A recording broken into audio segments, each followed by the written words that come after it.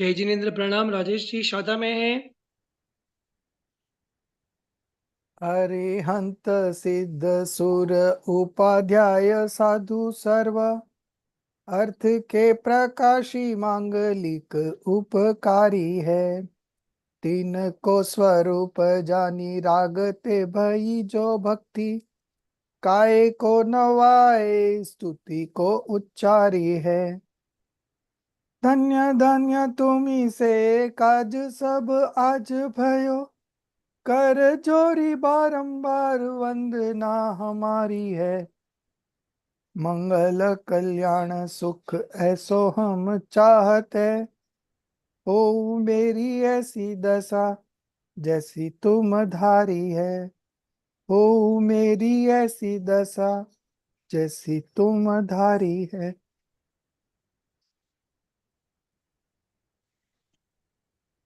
So today we will continue with principal cause and instrumental cause. We were on page number 26, right? Yes, sir. I'll make you a co-host, Himali. Okay, sir.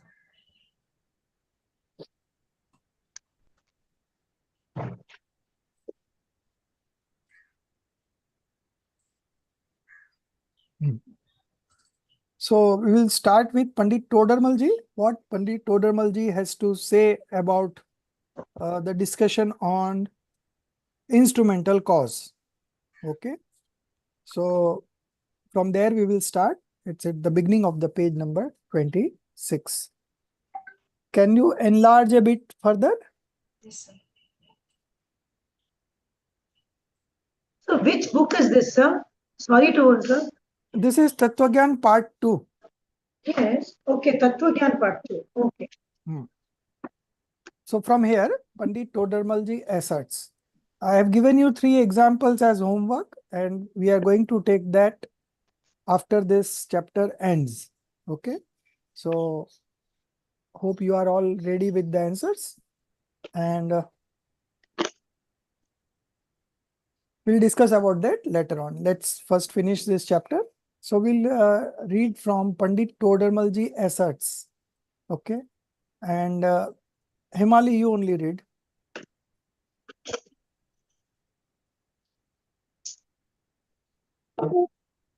Pandit Todarmalji asserts, non-self substances do not forcefully obstruct the alleged action. When our own manifestations are undesirable, then it is only an external cause, while another man spoils his thoughts without any instrumental cause. As such, there is no instrumental causation as a rule. Thus, it is the perverted faith to find fault with non-self substances. Neither the instrumental cause does anything by force, nor does the self collect or bring instrumental causes together. The mutual relationship is very simple. This simplicity of the relations has been beautifully portrayed by Pandit Todarmalji as thus. If karmic matter, by its own efforts, hurt the sentient nature of the soul, and if it fetches external material, then karma must be animate as well as possessing strength. But it is never like that. The relationship is very automatic. When the karma reaches the stage of fruition, the soul itself leaves its natural poise and behaves otherwise, and other substances also behave in their own manner. Just as an ostrich and a she ostrich will meet in the wake of sunrise, do so of their own nature, nobody separated them out of ill will forcibly, and nobody has brought them together in the daytime out of compassion. Such is the relationship of the desired action with the instrumental cause. The same holds good in the case of karmas. Student asks, why should we involve ourselves in this controversy of the actual doers and the instrumental cause thereof? What is the harm if we do not know these, and what is the gain from their knowledge? To understand the correct nature of the power of the self and the instrumental causes for the materialization of an action. It is not a battle of wits or of a controversy. The real issue is that people regard one as the doer and the other and are unhappy on that count. If we understand the real nature of both, this controversy will be finished. Because a person does not have correct knowledge of the intrinsic power of the self and the conventional causes of its manifestations, he throws the blame of his guilt on the conventional causes and wants to remain innocent. A thief, for example, cannot be free from the guilt of theft by throwing the fault on the moonlight. In the same manner, this soul cannot be free from unhappiness and grief by throwing the responsibility of its own delusions, attachments, and aversions on the karmas. In such a state, we lose the capacity to find our own faults and to see within us. By understanding these in the right perspective, the pride of being able to do something in others is gone. The inferiority due to the desire of help or support from others is finished. The desire of association of the non-self substances and the consequent restlessness is eliminated, and natural, quiet, undisturbed state of the soul emerges. Time is now over. Give deep consideration to whatever has been taught today, and you will be happy. So some of the things happening independently, and we consider one as the doer of the other. That is where the delusion is.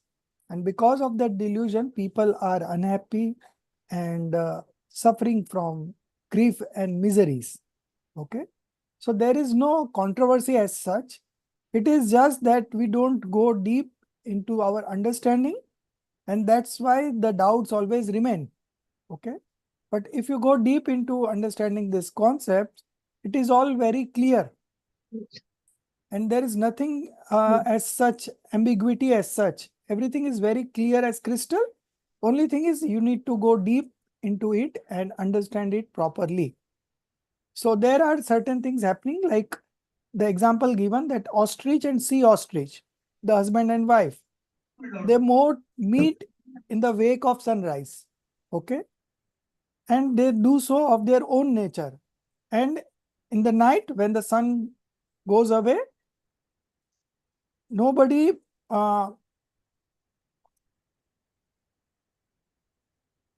separated them out. Okay. So it is happening all automatically. Nobody is doing anything. Everything, the whole universe, the 6 substances, all are working independently of each other. There cannot be any disturbance from any other substance to any other substance. There cannot be any help that a substance can do to another substance. Okay. So there is no way that anything can influence anything. Everything is working on its own independently. Such relationship of the desired action with the instrumental cause. Okay. Such is the relationship. But this ignorant being, not able to go deep into this understanding, believe that it is the instrumental cause by which the things are happening. Okay. So this is a delusion. Now to remove this delusion, we need to understand this concept of principal cause and instrumental cause very deeply. Then only we will be able to know that the instrumental cause is just an instrumental. It never participate in the action directly. It's just a presence that is there when the action takes place. The main cause is the principal cause, and among the principal cause, we had studied 2. One is the Trikali Upadan Karan, that is eternal principal cause. The other one is Shanik Upadan, the momentary principal cause. Again, this momentary principal cause is divided into 2. First one is immediate prior modification, and the last one is the eligibility of the moment. Okay. So these are some of the things that we need to understand very clearly to have a fair idea that how the action is taking place. Okay. Now, if you have to work on something, you have to work towards the principal cause, because instrumental cause is not directly responsible in the process, right? It is just the mere presence of instrumental cause at that point of time. So there is nothing called instrumental cause in this universe. Only when an action takes place, we say that this is the instrumental cause. Okay. But the work is done by the principal cause, and among the principal cause also the momentary principal cause, and among the momentary principal cause, the immediate prior modification is the controlling factor for the process, and eligibility of the moment is the controlling factor for time. Okay. So in this way, any action that is taking place in the universe, it's all automatic. There are certain causes which are of principle in nature, and there are certain causes which are instrumental cause in nature. Okay. Together, these two, the whole action takes place. But since we cannot see the principal cause and the instrumental cause is always seen, so people believe that this work has been done because of the instrumental cause, which is not the truth. And that's why the delusion persists. But when we understand the whole concept and does not think anything responsible for anything happening in the principal cause, okay, then only we can have a correct understanding. And when we have a correct understanding, we don't blame the instrumental cause, because it's just the mere presence. And we take responsibility of the action that we do. And if we are taking a responsibility for the actions that we do, we can always find a way to get the desired action done. Okay, because we have taken the responsibility. Now, if we consider that no, we are not responsible in any way, then everything is automatic. Then there is no need to do any kind of efforts. Okay, so the effort stands zero. So, but it is not like that. For any action to take place, there are always these 5 causes: the nature, the effort, the right time, the destiny, and the instrumental cause. We cannot rule out any of the 5 factors that are responsible for the action. Okay, each has its own role to play. And while the talk can be done from only one perspective, but in our knowledge, we should understand that this action has taken place because of the 5 causes and not the one cause which is being spoken about right now. Okay, so we may always say there are 99% statements in Jinwani from the instrumental cause point of view. Okay, which is not the real cause, but still the statements are there like that. So there we fail to understand the clear-cut meaning, and that's where the delusion persists. So to get rid of the delusion, to realize ourselves, we need to understand this principle very clearly, which is one of the most important principles in Jainism. Sir, can you repeat the 5 main thing, which is like the nature, the other ones, right? The 4 ones. Can you, if you can? Mhm. So the first one is the nature, which is called Swabhav. Okay. Then the next one is Purusharth, effort. Okay. Then there is right time, destiny. Okay, right. And the Right time. last right time is Kallabdhi. Okay. Destiny is Bhavitavya. 1 minute. Effort is Purusharth. Yeah. Nature is Swabhav. And the Yeah. last One one, more. and last one Yeah. is Nimit, instrumental Limit. cause. Okay. Okay, perfect. So among the instrumental cause, there is one motivational instrumental cause and there is one indifferent instrumental cause. So now we have to state in the examples that we had given 3 examples. There you have to find what is eternal principle, what is immediate prior modification or effort, what is eligibility of the moment, what is motivational instrumental cause, and what is indifferent instrumental cause. These 5 things you are supposed to connect to these examples, right? So we'll take one example at a time. First one, an engineer makes a computer. Okay. So first I have to identify what is the action that has taken place. So Himali, you only say, what is the action here in this statement? So making of the computer. Right. Making of the computer is the action. Now, what would be the eternal principal cause in this example? So it would be the computer, right? That is the action. Yeah. Right? That is the action. Electricity. Electricity will be an instrumental cause. Eternal principal cause, out of which this computer is being made. The engineer? No. Pardon? Engineer? No, engineer is again an instrumental cause. Right? Okay. It's a motivational instrumental cause.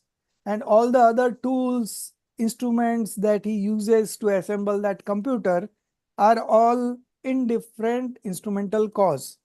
But the eternal principle will be the material by which these computer parts are being made. Also metal. Yeah. Okay. Material. So it could be fiber, it could be plastic, whatever. Sir, can you come again? What is the material is what? Fiber plastic. Eternal principal cause. Okay. Swabhav, you know. So the computer has been made from these parts, and these parts are made up of either plastic, fiber, metal, whatever. Okay. So this material that is required to make these parts of the computer could be the eternal principal cause. Now, The eternal means ETERNAL, correct, right? right. Okay. Trikali. Eternal means Trikali. No Okay. beginning, no end, right? Then immediate prior modification. So that would be connecting the cord to the plug point and letting electricity flow. Only one thing No, coming to your mind. What else? The assembling. yes, assembly, then Yes, doing assembly. chips. Everything will be The immediate whole, prior the modification. whole process, sir. The whole process of it's a Whole process, right? Yes. Whole process. And eligibility of the moment would be what? Computer. The computer. Okay. So now all the 5 are clear. Eternal principle, immediate prior modification, eligibility of the moment, motivational instrumental cause, and indifferent instrumental cause. So what is motivational instrumental cause, sir? Engineer. Okay. Sir, but then shouldn't we be first of all defining the eligibility of the movement and then talk about the other 4 aspects? Right. First, you have to define the eligibility of the moment, because what action has taken place, that is the first thing, and depending on that action, we find other causes, right? Right. So now you try the next example, Arun. Clothes made of cotton. Sorry, what made of cotton? Cloth. Okay. Cloths. So, sir, cloth made of cotton. So, eligibility of the movement would be cloth. Right. Then the motivational instrument would be the person who's making it, Tailor. Then the instrumental cause would be like, the sewing machine, the thread, whatever it is used. Indifferent instrumental cause. Udasin Okay. nimit. Right. Sure. And the eternal principle would be the cotton which is used. Right. And immediate prior modification is like, the twisting and turning of cotton or like material, whatever like we are doing with it. The whole process. Yeah. Right. From cotton to finished goods. The whole process would be immediate prior modification. Good. Right. Madhuji, you will try the, yeah, you have question? Yes, sir. So in the earlier example, so that engineer makes a computer. Indifferent instrumental causes will be chip, keyboard, screen, all those things, no, sir? No, instrumental causes would be the tools, the plug, the screwdriver, whatever he has used to assemble those computers. Not chip, keyboard, that would be eternal. They are all part of the computer only, no? They will not come under instrumental cause. They are the main components of the computer. So you could include those things in the eternal principal cause. Okay, sir. I got it. Thank Then you. what will come in indifferent instrumental cause, sir? Which one? Which I mean, example? in eternal principal cause, it is fiber, plastic, and all the products, all the parts. You can that are, take that also, and even the other components that that are part of computer also. Okay, other parts. so even in both are same, sir. Indifferent instrumental cause and eternal principal cause are same. Indifferent is the screwdriver and all whatever is used to assemble that computer. Indifferent is the tools which help us to achieve that eligibility of the moment, right? Right. Absolutely right. So the last example, I think Madhuji will try if you are ready. Otherwise, No, sir. I'm not well, sir. okay. I- Soumya will try. You are back, Soumya? Yes, sir. Oh, good. So Sir, but I sweets. have not gone to Acha. what example it is. Okay. Sir, I Maybe can do it. next week we can again try, this class will go on for a few weeks more. So next week we will again try. Amita ji. Sweets Sir, I made can. by. Yeah, I Sweets can try, sir. I have seen the example. Sweets made by a sweet maker. Right. So in this case, sir, What we is the can say action? What is the action action. first? Action is the making of the sweets, sir. Sweets is the action. Hmm. Then And sir, the raw materials the raw materials required that will constitute as the ingredients of the sweet. so that is eternal principal cause. Yeah, eternal principal cause, sir, upadan. Hmm. And the things that are required, for example, the maker of the sweet is an instrumental cause. And Motivational instrumental cause. Motivational instrumental cause. Okay. And what would be indifferent instrumental cause? All the utensils that are used and stove, etc. All these things will go into the we called instrumental. One is left, immediate prior modification. So before making of the sweet, it was in the form of sugar and raw ingredients, other raw ingredients such as besan and all. So that will be the prior modification before making of the sweet. So the whole process, again, we will come to the whole process, Purusharth, okay? The whole process from raw material to the finished product would be the immediate prior modification. Okay, sir. Okay, good. So I'll give 3 more examples for next week. So those who have not tried, you have to listen to the recordings. I think we have done 1 class only, no? Or 2 classes on this? So one class only, right? So you have to just listen to the last class and then you can answer those 3 questions. It's more clearer in this example, sir. Like in the making of the sweet, like as said, the eternal cause is all the materials like the sugar, the basin and everything. Yes. Then what will be the indifferent instrumental cause, sir? Indifferent instrumental cause, the utensils that are used, those things. Okay. Sir, all this example well explained and understood. Now, how can we correlate this with the situation? For example, I am teaching my daughter and she's getting angry, actually, right? So if this is the situation, That means what we're trying to put across in this is that every single conversation, communication will connect these 5 things. Correct, right? Yes, yes. Every action. Perfect.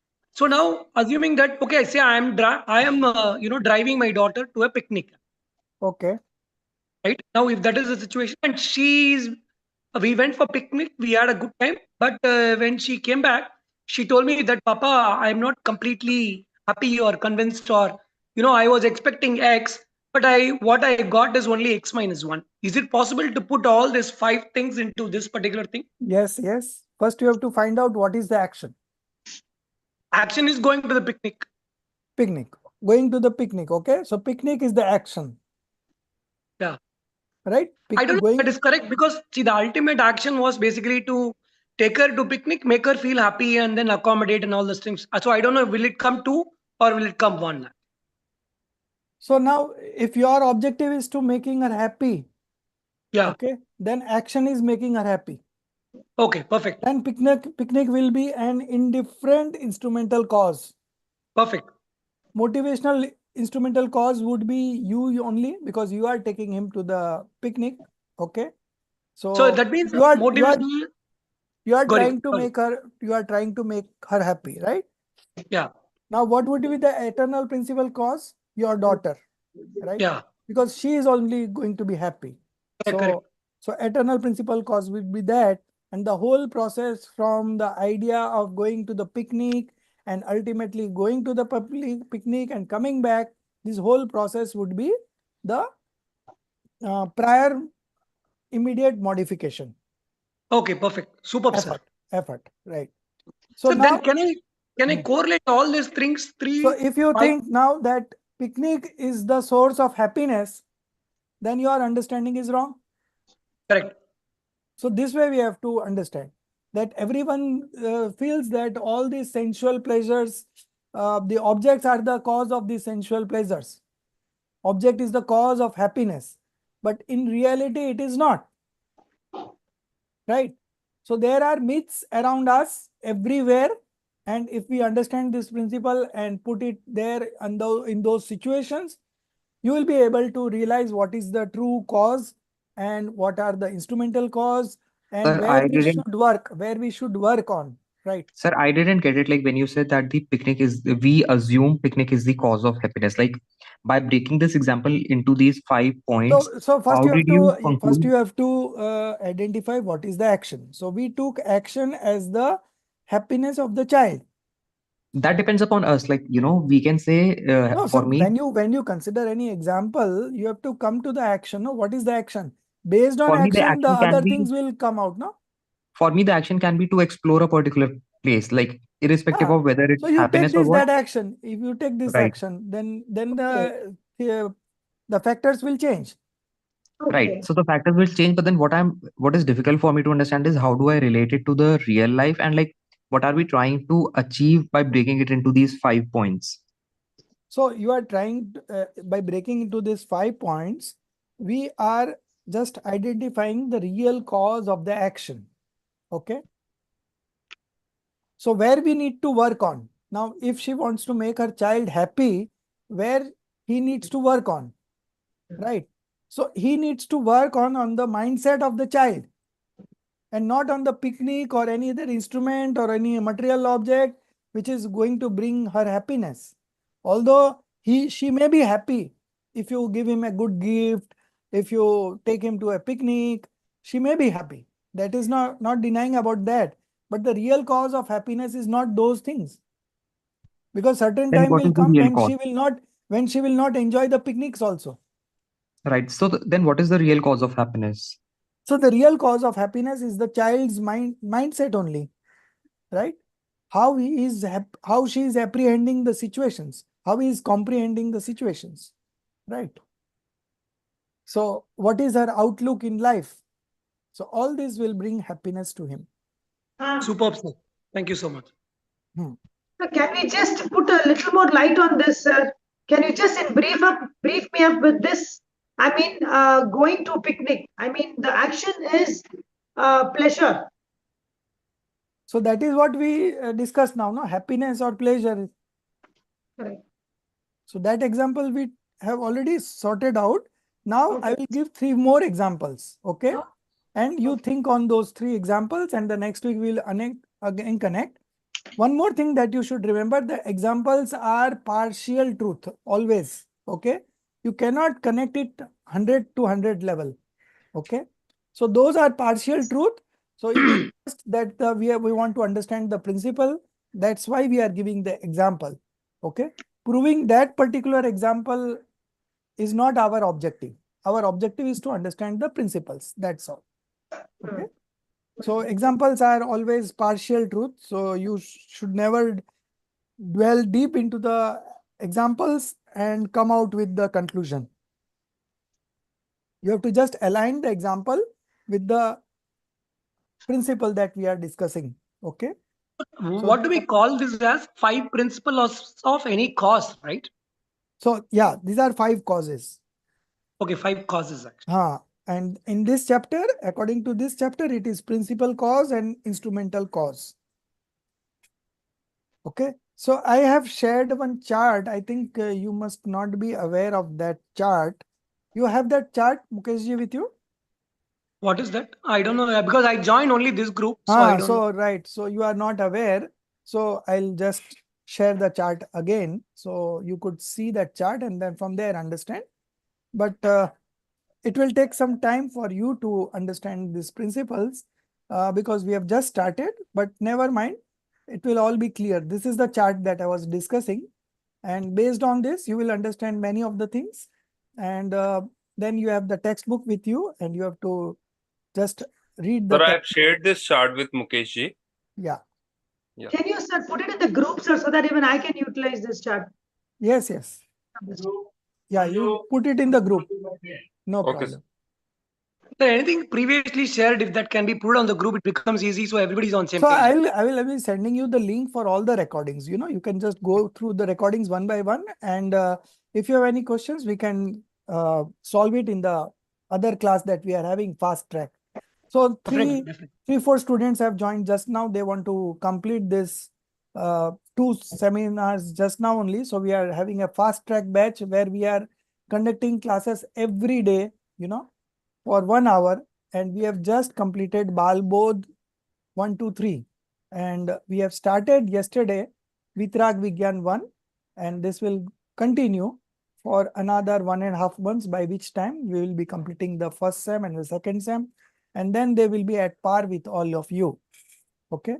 So I said that new batches are starting. You join the new batches. So only you will have to study 2 hours a week. But they want to continue in this class only. So I don't have any other options. Okay, so this is about this. Now we have another detailed discussion on this from the other text I shared about principal cause and instrumental cause. Okay, Nimit Upadan Ek Anushilan. You must have all received this book in Hindi. Okay, but the English translation is also available. Yeah, this is the English translation. We will be reading the whole text. It's 23 pages in Hindi. So in English, it is slightly less, 15 and a half pages. Okay. So whatever we understood just up till now, that all will be covered here in a detailed manner. So you will have more clarity on the concept by just going this through. So I'll be not explaining in detail all this, but if you have any questions coming to your mind, the new students will just hold on because you will take some time to understand. But the older students, if you have any questions, you can ask. And the newer ones can ask me in the fast track. You can write down the question in your mind, put down on paper, and we can discuss in the evening. Okay. So we'll start this discussion. Rekha, you can read from the screen. Yes, sir. And you have to take a printout of this. Okay, everyone should take a printout of this. So whatever important things that come up, you can write the meanings over there. And if you want to add up, you can add up there. So next time when you read the textbook, you have this everything in your mind at that point of time. Okay. This is shared, sir. in the group? So it will be easy for me to take out the printout to this. Yeah, I have shared in the group. I will share again, no problem. Okay, sir. Hmm. निमित्तोपादान एक अनुशीलन an elaborate pursuit of nimittanoupadan. Amongst the important subjects whose proper and thorough knowledge is extremely necessary in the path of liberation, upadana nimitta, substantial cause, auxiliary cause, is also one such important subject which, if not understood properly, the perspective and the attitude of dependence does not end. The feeling of self-reliance does not awaken. Even the true Purushartha, effort, endeavor towards the path of liberation does not get initiated. Shall I continue? Continue. Along with Krambata Paryaya, sequential modification, and Nishchaya Vyavahara, absolute truth, conventional perspective, the subject of Upadana Nimitta is also a much discussed topic these days.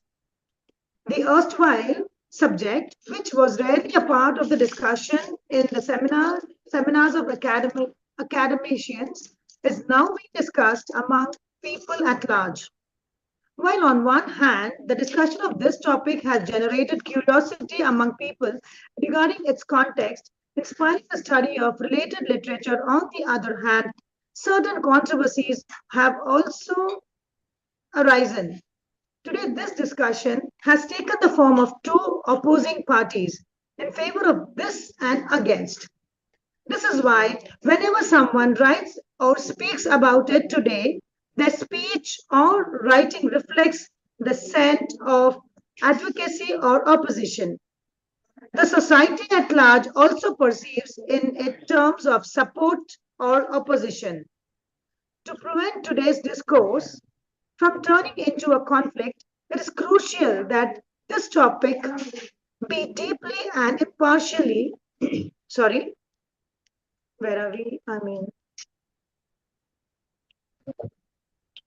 To prevent today's discourse from turning into a conflict, it is crucial that this topic be deeply and impartially analyzed in the light of the Agam, scriptures, and presented to society in simple and comprehensible language.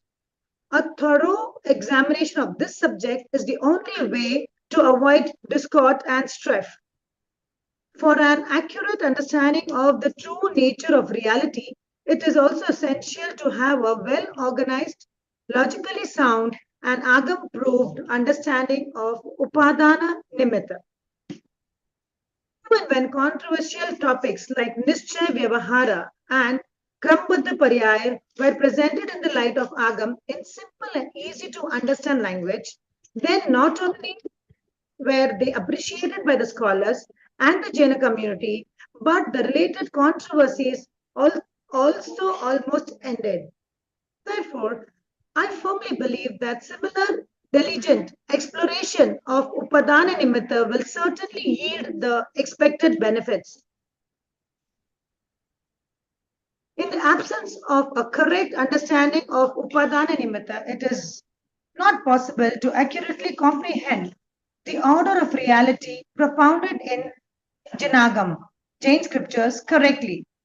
In the absence of accurate knowledge regarding the relationship between Upadan and Nimitta, one either attributes the role of doer to Nimitta or denies its existence altogether.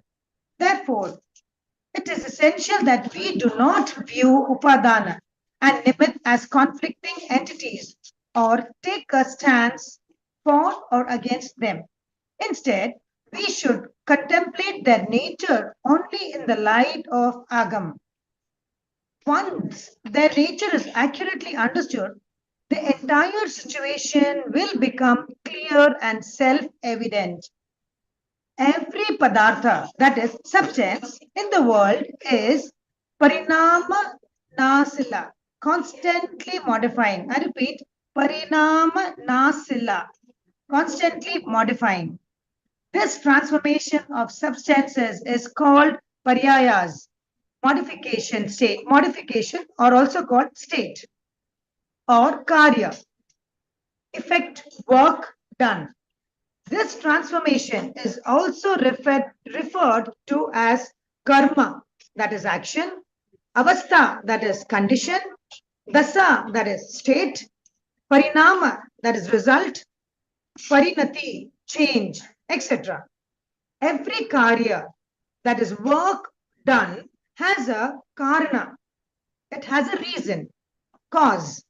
And the entities involved in the generation of that karya is given to the name of karana.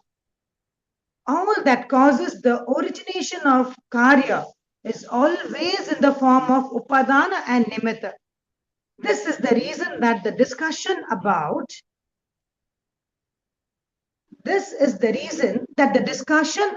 upadana and nimitta in Jaina scriptures is done in the form of karna. This is the reason that karna are believed to be of two types. They are upadana karna, nimitta karna. Upadana karna, also called as substantial or real cause. Nimitta karna, auxiliary or instrumental cause. That which itself modifies or transforms into karya, that is effect, is called upadana karna, substantial cause. And that which does not modify as karya but is alleged to be conducive to the origination of karya is called nimitta karna, instrumental cause. For example, in the karya of a pot, clay is the upadan karna and accessorizes like the wheel, stick, potter, etc. are nimit karna. The substances in which a karya is produced is called upadan karna, and karya which has been produced is called upadhyaya. And speaking from the perspective of nimit karna, then the same karya upadhyaya is called naimitika.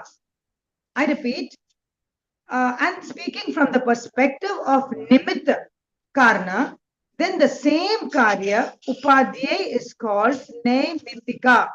Thus, we see that the same karya is called upadhyaya with respect to upadan karna and naimitika with respect to nimit karna. The karya of pot is called upadhyaya karya. The karya of pot is called upadhyaya karya of upadan karna, the clay. And the same pot is nimitta karya of nimitta karna, the potter. The meaning is that there is an upadan upadhyaya substantial relationship between clay and pot. The meaning is that there is an upadana upadhyaya substantial relationship between clay and pot, and a nimitta naimittik sambandha, that is instrumental relationship between potter and pot. Potter and pot. If we relate it to karya of samyak darshan, right perception, it can be stated as follows. Atmadravya, soul substance, or its Shraddha Gun, attribute of faith in the Upadan, and Samyak Darshan in Upadhyay. Similarly, the absence of Mithyatva, that is wrong perception, or the teachings of a Sadguru, true teacher, serves as the Nimitta, like Sir is doing to us, instrumental cause, while Samyak Darshan is Naimitika. Samyak Darshan is Naimitika. Stop. Huh. So, two terminology. One is Upadan and Upadey. So, Upadan is principal cause. Here it is written as substantial cause everywhere, but we have to change it to principal cause. Yesterday only we had a meeting and I suggested that principal cause is a better word than the substantial cause or any other words that we have been using. So, they have agreed, the translation team have agreed, and this is only a draft now. So, we are just correcting it. So this word would be changed with principal cause. So we will keep principal cause as only the word for upadan karan. Okay. And nimit karan would be always instrumental cause. Okay. They have written auxiliary also, but instrumental cause is more apt. Okay. So these two terminology that you have that we would be using everywhere. Okay. Now, the next, the concept of upadan and upadey. So upadan is principal cause. Upadey is the action that has taken place. Okay, desired action. So now the pot has been made from clay. So pot is the action. And what is the eternal principle? The eternal principle is clay. The mud, the clay, or the raw material. Yeah, the mud or the clay. Okay. So clay is the eternal principle and the action is the pot. Now, these two relationships are called upadan, upadey. Upadey is the action, upadan is the eternal principal cause. Now, the same thing could be expressed from the point of view of instrumental cause also. So when we do that, then the action will remain the same, the pot, but the instrumental cause would be the potter or the tools that has been used in the making of that pot. Okay. So potter would be motivational instrumental cause, and the other instruments like chalk and The whatever, wheels is there. They use the wheel and other wheel. things, those will be indifferent instrumental cause. I Okay. have done it by myself, sir. Oh, great. It is a So wonderful experience. yes, yes. So you see, upadan, upadey, and nimit, namitik. Namitik is the desired action, and nimit is the instrumental cause. Okay, both represents the same action, but the perspective is different. One is talking from the point of view of eternal principal cause. The other is talking from the point of view of instrumental cause. Okay, so same thing expressed from two different viewpoints. One from the eternal principal cause. When we express it from the eternal principal cause, it would be called upade. Action would be called upade. So in Hindi, we have two different words, but as far as English is concerned, it is the same thing, action, desired action. Okay. So desired action is the pot, that is upade, and from the instrumental cause, that is potter and the wheels and all, it is called the desired action. Okay, that is the pot. So in short, that means all my upadey will be only among all the 5 principles or cause. My upadey will be only pot. There's nothing else, right? Yeah, action, the final action. Like Perfect. the other example that we discussed, like you want happiness, right? Yeah. For your daughter. So the happiness is the action. Okay. Perfect. So now the happiness would come from his own soul, right? Correct. Because happiness is the quality of the soul. So the happiness Correct. will come from its soul, whereas the instrumental cause would be the picnic, the environment, whatever. Okay. Yeah. Got it. Thank you, sir. So like that. So now my one question on this, that why two different words are being used? Why they are confusing us? Why they are using upadan, upadey and nimit, namitik when it means the same thing, the action is the same. So why two perspectives? So the answer is, from the perspective of soul, one Huh. thing, and from the perspective of what is happening. That's how we need to correlate and think ourselves that we are different from the things what are happening. So one of the cause would be, or one of the main cause would be, that when an action takes place, when I want to show an action in one particular substance, okay, I will use the word upadan, upade. And when I want to show the action being taken place between two substances, okay, then I will take the word instrumental cause and the desired action. Okay, because instrumental cause is always an external substance. As we have seen, the potter, the wheel, these are all external substance. This has nothing to do with the pot, which is made of clay, right? So when we want to establish a relationship between two substances, we use the word nimit, namitik. And if we want to use the Same thing from one substance viewpoint, then we use the word upadan and upade. So upadan and upade is for one substance and nimit nemitic is between two substance. That is the difference, and that's why two different presentation. Okay, one from the side of eternal principal cause, the other from the side of instrumental cause. So for any action to take place, which is called the effect, there are causes. So it could be two causes, principal cause and instrumental cause. It could be five causes.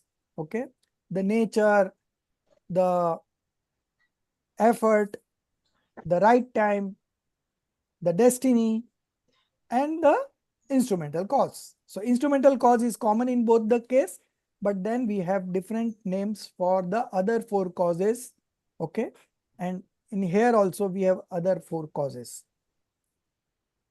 So this is all. And now we'll continue the discussion.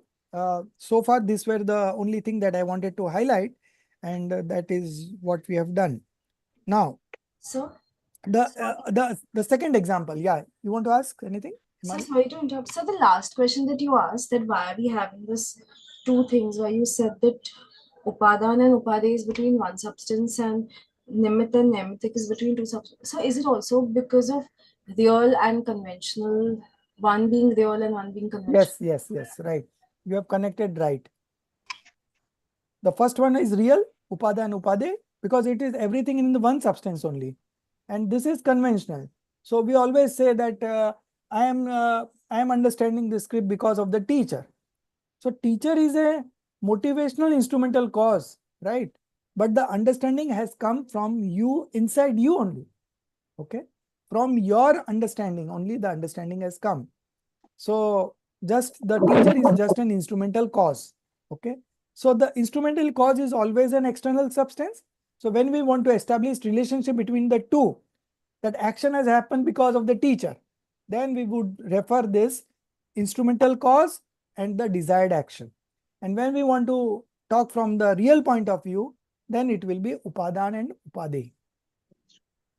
Good.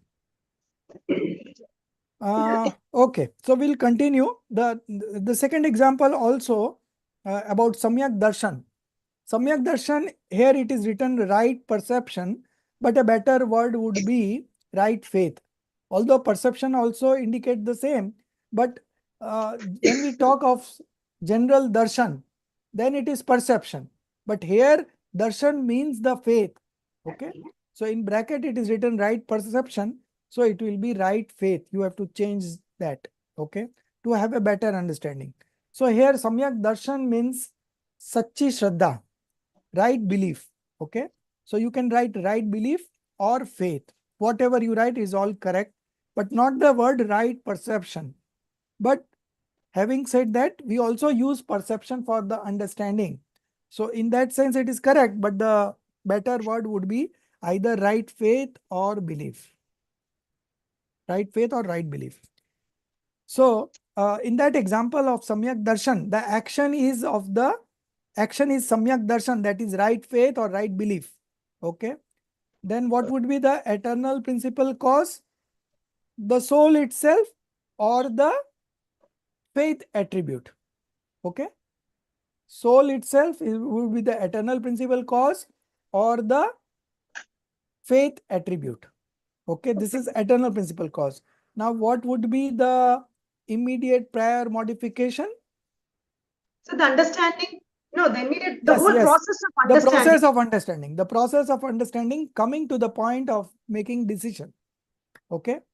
So that Okay. whole process would be the effort. Then what would be the right time and destiny? The moment we understand. Yes, that is the momentarily eligibility of the moment. Okay.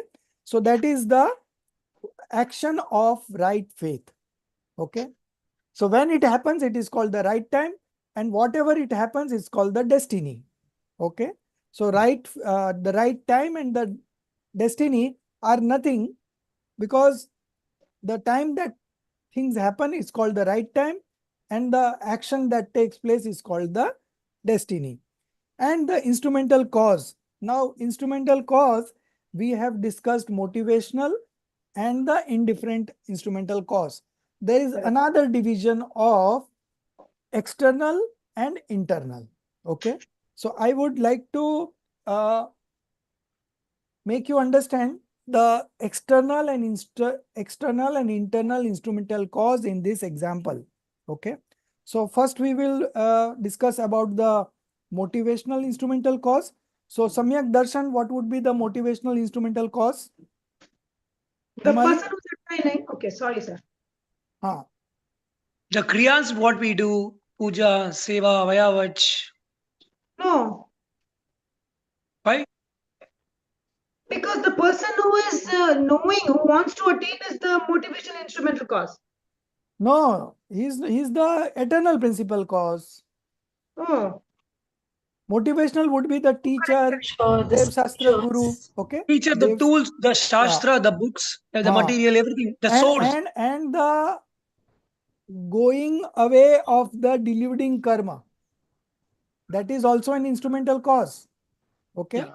So when we say internal and external instrumental cause, then the internal instrumental cause would be the elimination of the faith deluding karma. Faith deluding karma. That is the internal instrumental cause. And the external instrumental cause would be true God, true scriptures, and true monk. Okay. And in the case of motivational instrumental cause, it will be teacher, and the indifferent instrumental cause would be the mandirji, the classroom, The pravachan, so many things are there, sir. Yeah. Jinwani, Yeah. etc. Yeah. Jinwani. These are all indifferent instrumental cause. Okay. So I think now you are more clear about the 5 causes. Okay. Now we will continue this discussion, and Are we continuing? Arun, yeah, we are continuing. The class Okay, will how go much on time, for sir? 2 hours. The class is for 2 hours. So it will end at 10:30. If you have something to attend, you can leave it. You can catch up on recording. Okay. Arun, you continue reading now.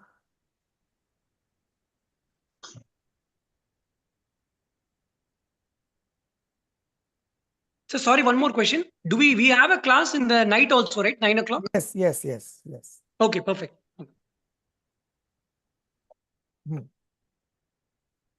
From here the term upade, from there you again start.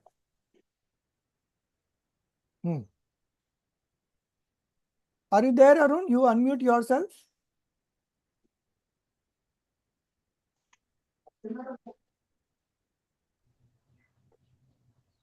Arunji, you're on mute. I think everyone should keep video on, so I will be able to know who is attending or who has left. So then, okay, Soumya, you continue reading.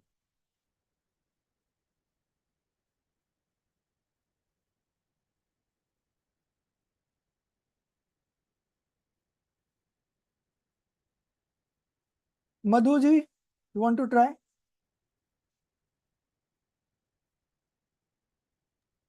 No, sir, I won't be able to. Okay. Take care. No problem. Yes, sir. So again, Himali, you only read. Okay, sir. Here the term upade should not be interpreted as worthy of acceptance, because this subject matter is not about hey upade, which is rejection or acceptance. Rather, it is a subject matter of relationship between karya, effect, and karan, which is cause. It merely clarifies that the karya, which is referred to as nimittaka with respect to nimit, is also referred to as upadeya with respect to upadana. In this way, it is established that the relationship between upadana and upadeya and nimitta and nimittika are forms of karan and karya relationship, which inevitably manifests in every karan-karya relationship. Accordingly, every karya is necessarily both upade and nimittika. Upadeya and Nimitika with respect to Upadana, it is referred to as Upadeya. With respect to Nimitta, it is referred to as Nimitika. Here the question may arise that if Dravya, which is substance, or Gun, which is attribute, are Upadan Karana, which is the principal cause, as explained in the Karya of Samyak Darshan, then the intended Karya, which is effect, should continuously emerge, because when Karan, which is cause, is present, then Karya, which is effect, should necessarily occur. If it is argued in response that Upadan Karana, which is the principal cause, in form of Dravya or Gun, is always present, but Karya did not occur due to the absence of Nimitta Karna, which is the instrumental cause, like the liberation of Mahavir Bhagwan. When the Nimitta Karana is present, then the Karya will be completed. In this case, the Nimit Karan will become the Nimitika Karan, or the governing cause or the regulator. Because occurrence or non-occurrence of Karya will depend on the presence or absence of Nimitta Karana. To avoid this controversy, if it is said that the presence of both Karana is necessary for the origination of Karya, then we would say that even though the presence of both causes may be necessary, but Nimitta still remains the Niyamaka, which is the governing or the regulatory cause, because Karya occurs when it is present and does not occur when it is absent. Now listen, who is Nimitika, or the regulator cause of Karya? Before knowing this, we should first probably understand Upadana Nimitta. Along with their divisions and subdivisions, then we can get involved in this debate. It is possible that with the clarification of Upadana and Nimitta and its categories and subcategories, this question may get easily resolved. In fact, the answer to this question lies in the correct understanding of the categories and subcategories of Upadana and Nimitta. So first, a discussion of its categories and subcategories is required. Upadana is of two types, Trikali Upadana and Shanik Upadana. Nimitta is also of two types, Udasina Nimitta, Preraka Nimitta, Udasina Nimitta, which is neutral or indifferent instrumental causes, Prerak, which is motivational or inspirational instrumental causes, or Antaramga, which is internal, Bahiramga, which is external, Trikali Upadana, which is eternal principal cause, that substance or attribute which is its own modifies into the form of Karya is called the Trikali Upadana for that Karya. Shanik Upadana is of two types again. In the sequential flow of modifications in Dravya and Guna that has been running since Anadi to Ananta, Antara Purva Shanik Paryaya, immediately preceding momentarily arising modification, is the Shanik Upadana Karana, which is the momentary principal cause, and Karya, which is the effect, is the Anantara Uttara Shanavati Paryaya, which is the immediate subsequent momentary arising modification. That is, the modification in the preceding moment is the cause, and the modification on the succeeding moment is the effect.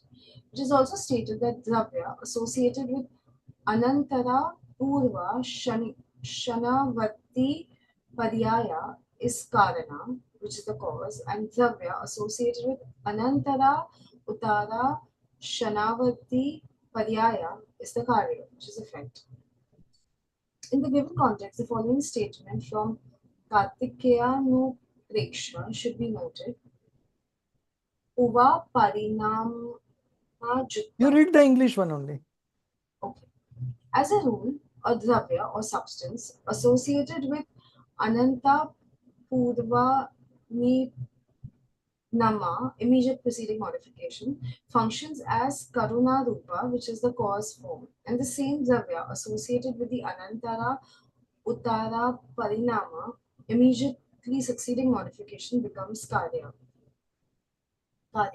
To clarify this point, Siddhantacharya Pandita Fulchandji writes, the dravya that is associated with the Anantara Purva Paryay is referred to as Upadan, while the substance associated with the Antara Uttara Paryay is referred to as Karya.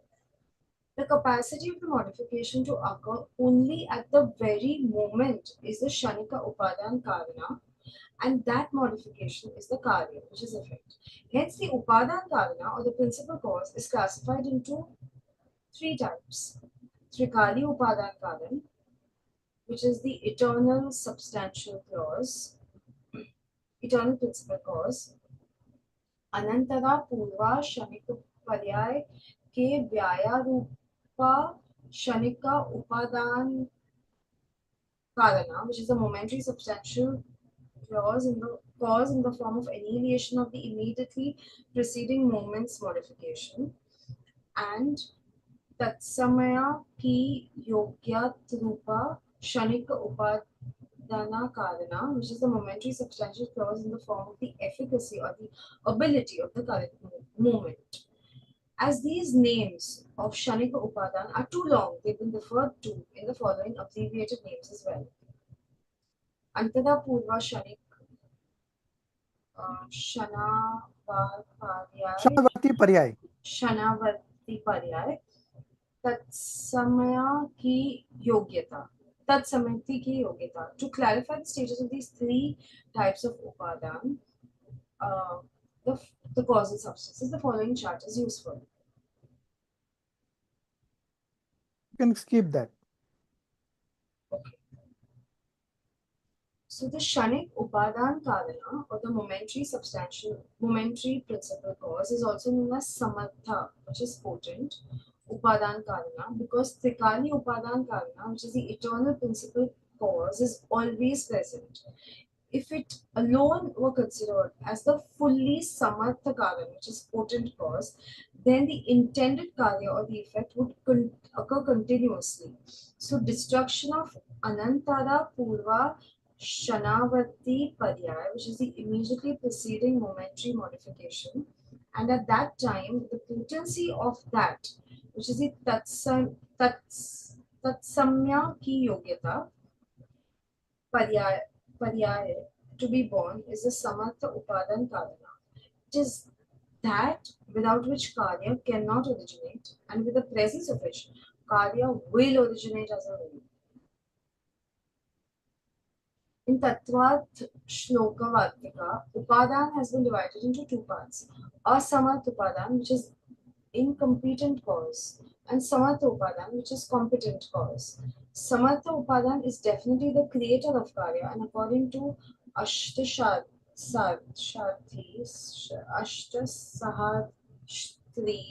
the Dravya is in the form associated with the immediate preceding state. From the discussion till now, it has become clear that there is only one Samartha Upadan, which is the competent cause, and Karya, which originates from it, indeed that for which it is Samartha Upadan.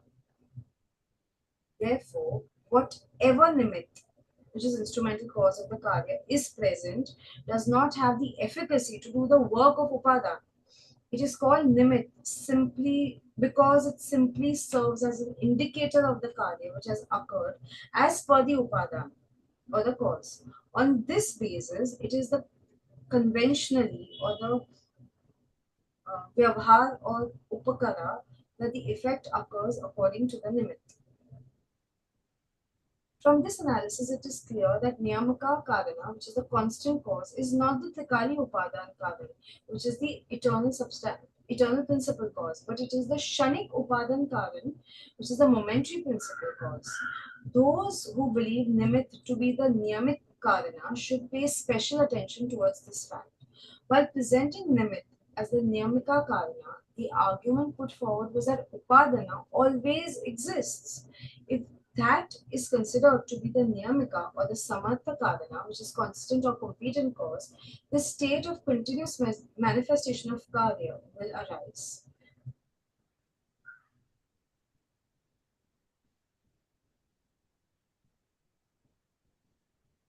In reference to the above context, the state is that Trikali Upadan Karana, which is the eternal principal cause, was taken as Upadan Karana, which is substantial cause, and it was said that Upadan always exists. However, even Shanik Upadan is also Upadan, which is not always present. Therefore, assuming Upadan to be Samartha Karana and alleging that state of continuous manifestation of karya will arise is baseless, because niyamika karana of karya is shanik upadan and not trikali upadan. Stop. So you see, out of these 5 causes that we discussed, the eternal principal cause is the Trikali Upadan, which is always present, right? But it is not the controlling cause or the regulatory cause because it is always present. So the action should take place every moment, but that is not happening. So it is not the competent cause or it is not the forceful cause. Okay, it is not the forceful cause or the competent, it is not the samarth karan. Okay, it is asamarth. Then what is the samarth karan? Okay, then samarth karan is the shanik upadan, which is again a principal cause, right? Shanik, it's a momentary principal cause, but it is all the way principal cause only. So that is the most competent cause. Okay, most competent or most forceful cause, shanik upadan, because it is capable of performing the particular action. Okay, so that is shanik upadan. Now the shanik upadan, we have 2 things. One is the immediate prior modification, and then there is the eligibility of the moment. Okay, so immediate prior modification is the again the momentary principal cause just prior to the eligibility of the moment. Okay, so it is called immediate prior modification. In Hindi we call it anantar purva shanvarti paryay. Okay, anantar purva shanvarti paryay, and it is also called effort or pursharth, and it is the regulatory factor of the process. What it indicates? It is the regulatory factor, controlling factor of the process. Okay.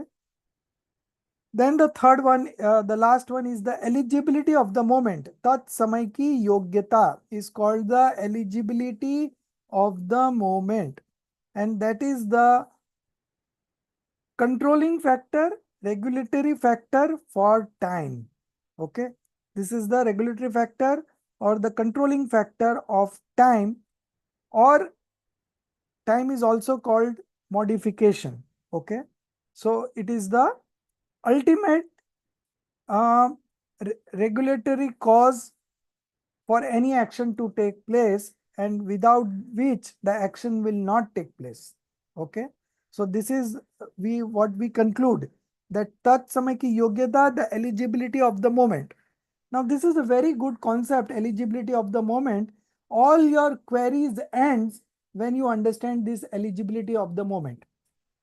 Okay, there is no further questions in your mind when you understand this eligibility of the moment. Why this has happened? Because it was the eligibility of the moment. Now you do have nothing to ask. Now if you say why this is happening, so I would say this is happening because of that person. Then your next question would be about that person, right? But when I say the answer that it is because of the eligibility of the moment, you don't have any further question. So this is one of the most important topic in this chapter, the eligibility of the moment.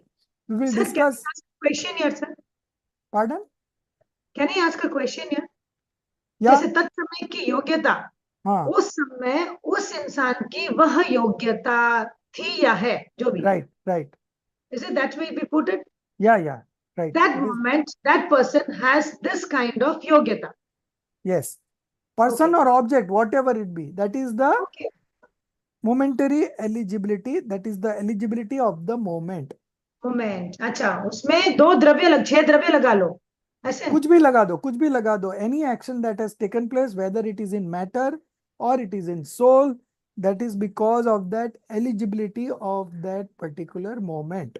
तो यहीं से सम्यक दर्शन चालू होता है ना sir. Once we understand, Yes. and we keep reciting this, we keep thinking again, we get back to this particular moment. Once we get whatever. Okay. So this Samyak Darshan has happened. It has happened because of certain other causes, which also you should understand, right? Okay. Like the efforts that we have put in, the right time, the destiny. The destiny is the action itself, right? Okay. So if you find the cause by which this action has taken, so you will have an idea where to work on. Okay. प्राप्त करना है सम्यक दर्शन और करेंगे व्रत तप, which is not the regulatory cause, right? Okay. So the action will not take place. So you have to just understand what is the regulatory cause, controlling factor by which this action will happen. Okay. And that is called the eligibility of the moment. So, sir, in attaining Samyak Darshan, what can be the regulatory cause? This is the eligibility of the moment. And if you find what is eligibility of the moment, then we go to two causes. One is the right time and the other is the bhavitavya, destiny. Okay. Okay. Destiny. And this has happened just because there is an immediate prior modification, which is called the effort. So in terms of the example of Samyak Darshan, what would be the prior modification? Immediate prior modification would be studying of the scriptures, contemplating on that, and arriving at a decision about that. Okay. Okay. Okay. Maybe some other class we will do this again, sir, so that it just fits in the mind. Yes, yes. So these recordings are also there. You can just refer to the recordings again and again, and you will understand it better. Okay, sir. Okay. Eligibility of the moment. So this we will discuss later on. We are not done with this concept, but we are going to take it up. So let's read further now from where Hemali has left, and who is there? Amita ji, you read.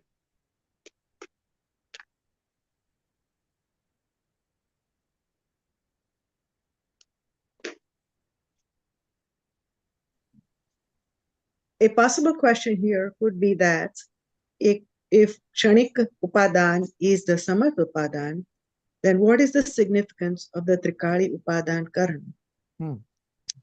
Listen, Upadan is the inherent efficacy of substance. As it is said, Upadan Nij Shakti hai, jiya ko mool swabhav, hai nimit parayogya tyam banyo anadi banav.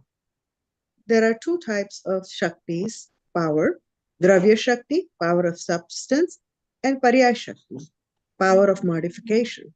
The term Upadan refers to both these Shaktis. It is the Dravya Shakti combined with Paryaya Shakti that brings about Karya. Dravya Shakti is Nitya, constant, eternal, whereas Paryaya Shakti is Anitya, non-eternal. If the creation of Karya were based on Nitya Shakti, eternal power, Karya would be eternal as well. Therefore, only Paryaya Shakti is accepted as the determining cause of Karya. Continue. Dravya Shakti shows that a certain Karya will occur only in that Dravya and not in any other Dravya. The Paryaya Shakti shows that the intended Karya will occur only at the intended time. Therefore, neither Dravya Shakti, efficacy of the substance, or Paryaya Shakti, efficacy of its modification, is insignificant. Both are important, but the Niyamaka regulator of Kala,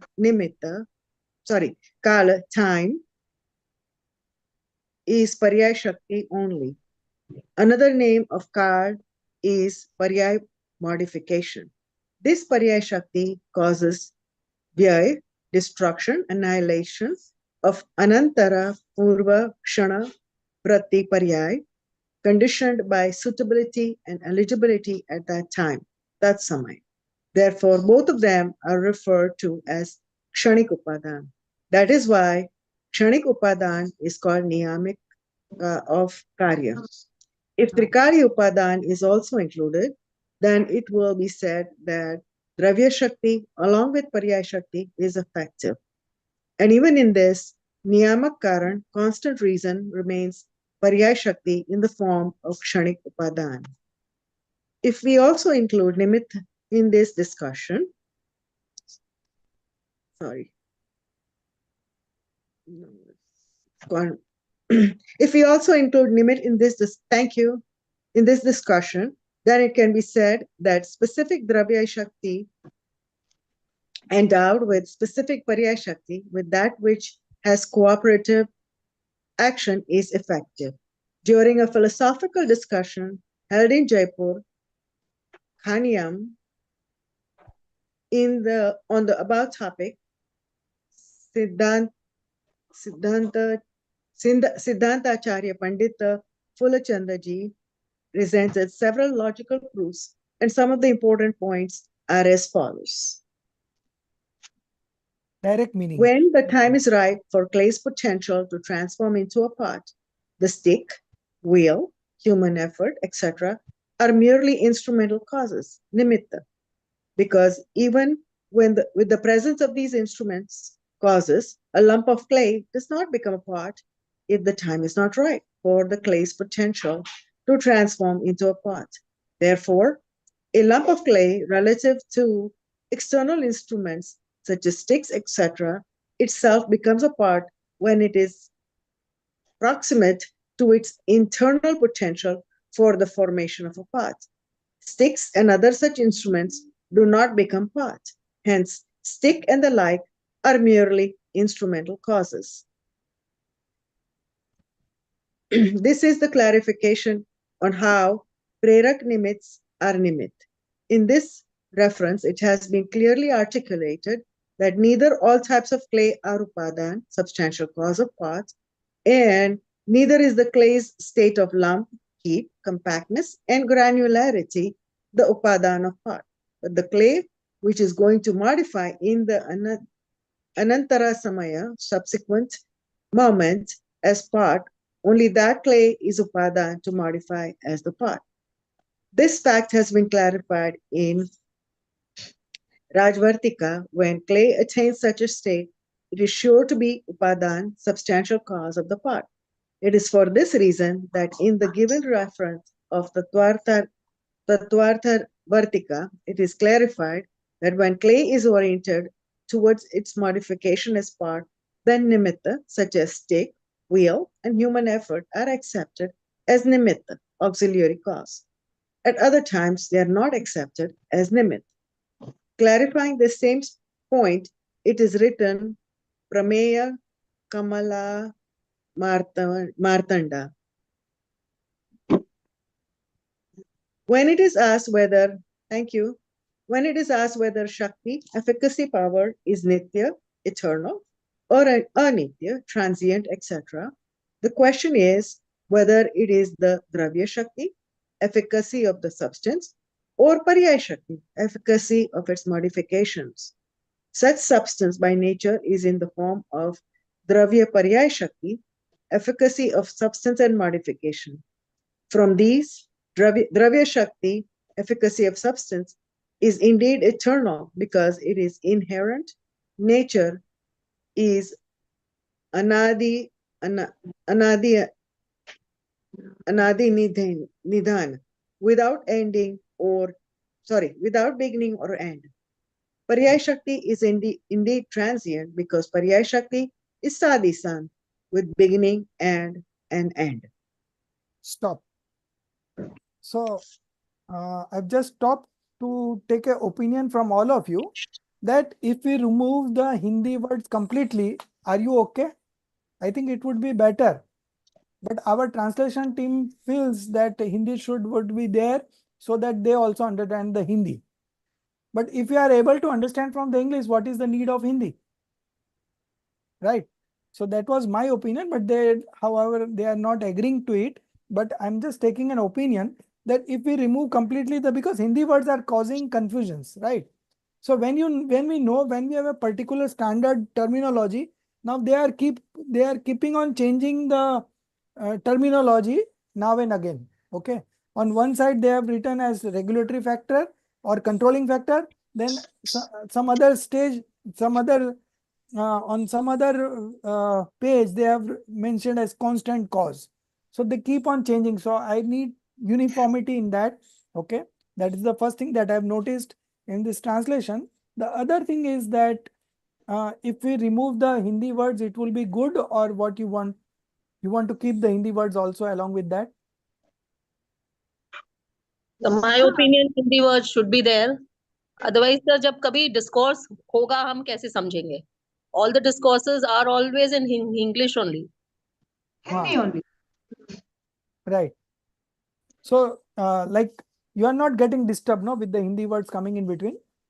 Sir, sometimes it so happens that we can exclude the Hindi word in case if you just want to move on with the English. And as people who know English, it goes without saying no Hindi also.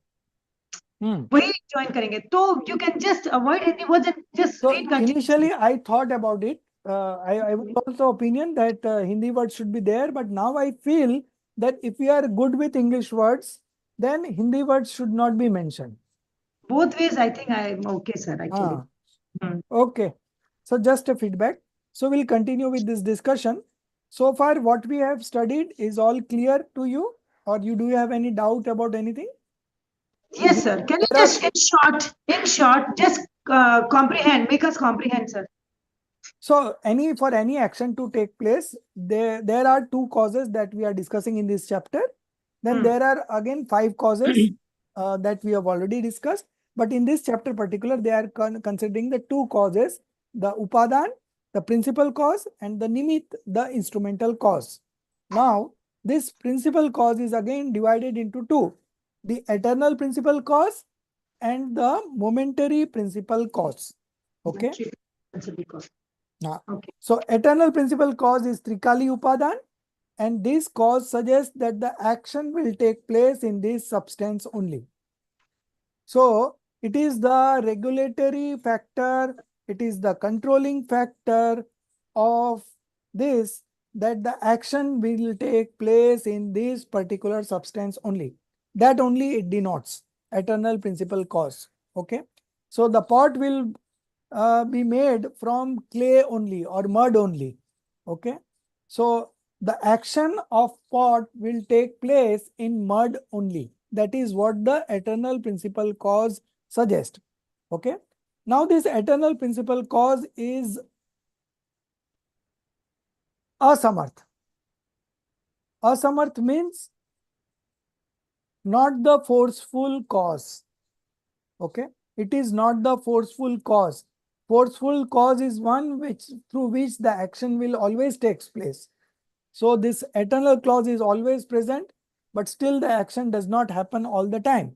So it is not the forceful cause. Asamarth, it is asamarth. And the third thing about the eternal principal cause is that it is the power of substance. It is called the power of substance, Dravya Shakti. Okay. Now moving on to the momentary principal cause, which is the power of modification, Paryay Shakti. Okay. And this Paryay Shakti is the forceful cause. Okay. It is the forceful cause by which the action will always takes place, and without it, the action will never take place. So now again, this momentary principal cause is divided into 2 things, immediate prior modification and eligibility of the moment.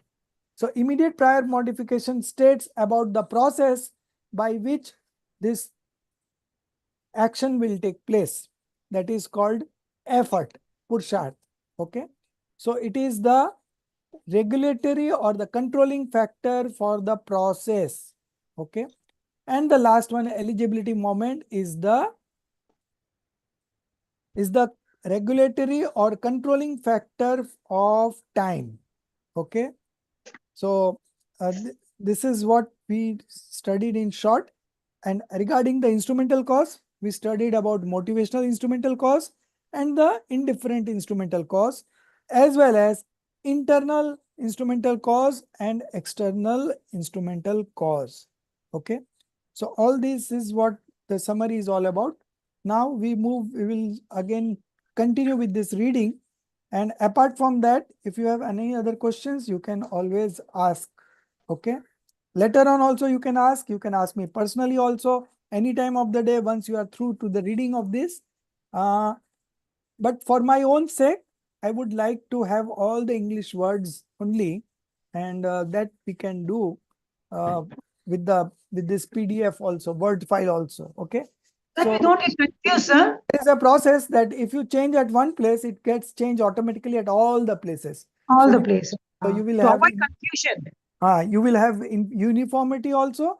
And once you know the meaning of upadan, that it is a principal cause, then what is the problem?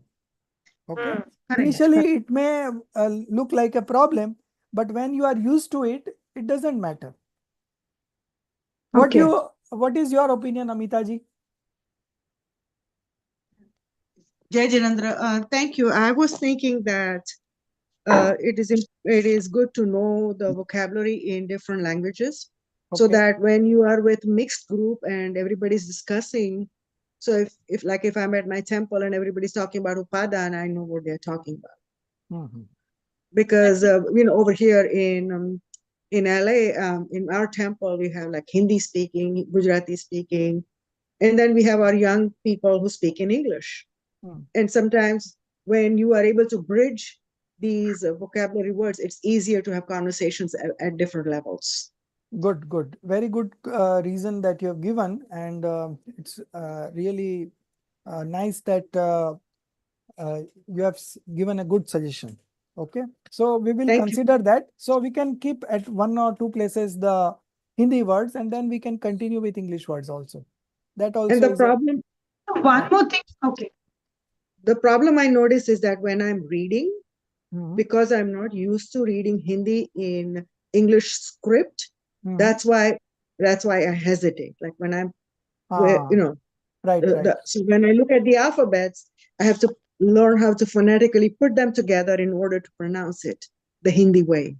Yeah. So it's not the difficulty in the word, it's the phonetical reading. That's the problem. Yeah. The transliteration. Yeah. That's correct. Yeah. Thank you for asking. Okay. Good.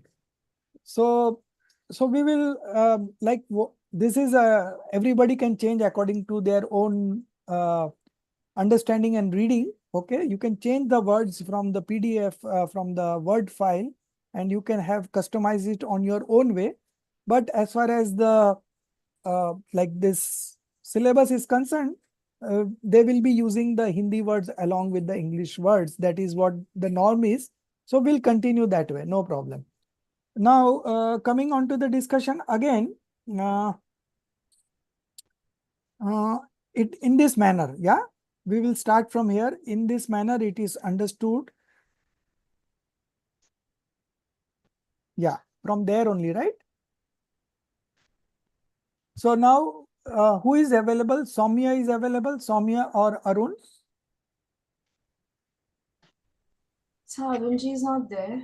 Malti ji is there and Soumya ji is there. So Malti ji, you read from in this manner. I can't see this. Which chapter is this otherwise? This is Nimit Upadan book, separate book, not from the Tattva Gyan part 2. But that what we have is in Hindi. Yeah, you have in Hindi, and on the screen you can see the English one. I'll try and read from the screen. Yeah. Yes. So we read from in the manner. So you should take a printout of this English version. Okay. Fine. I'll do that. There you can put your notes, the synonyms that you want to put in, so that you understand better. Okay.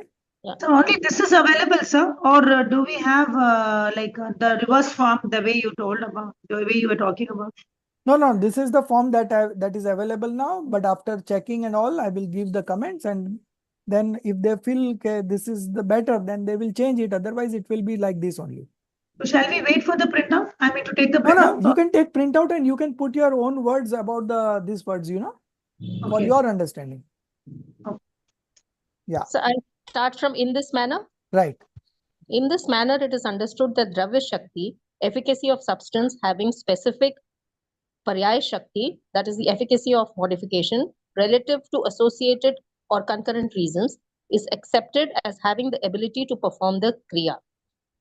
The Karya. Kriya does not Karya take is, place only with Dravya Shakti on the strength of it other. is Karya, that is action, the effect. Karya. The Karya does not take place only with Dravya Shakti on the strength of either Udasin or Prerak Nimit. If Dravya Shakti is considered effective due to Bahya Nimit, external auxiliary reasons, then we should start growing from chickpeas, because wheat is not a Dravya by itself. It is one modification on the Pudgal Dravya, that is the physical matter. Therefore, it is the wheat specific state of Pudgal that through the influence of external causes transforms into the effect form of wheat sprouts and similar outcomes. If the general substance is devoid of specific modifications and the emergence of wheat sprouts and other modifications are believed to be due to the strength of Nimit, then from Pudgal, which is in the form of chickpeas, would modify and germinate in the form of wheat.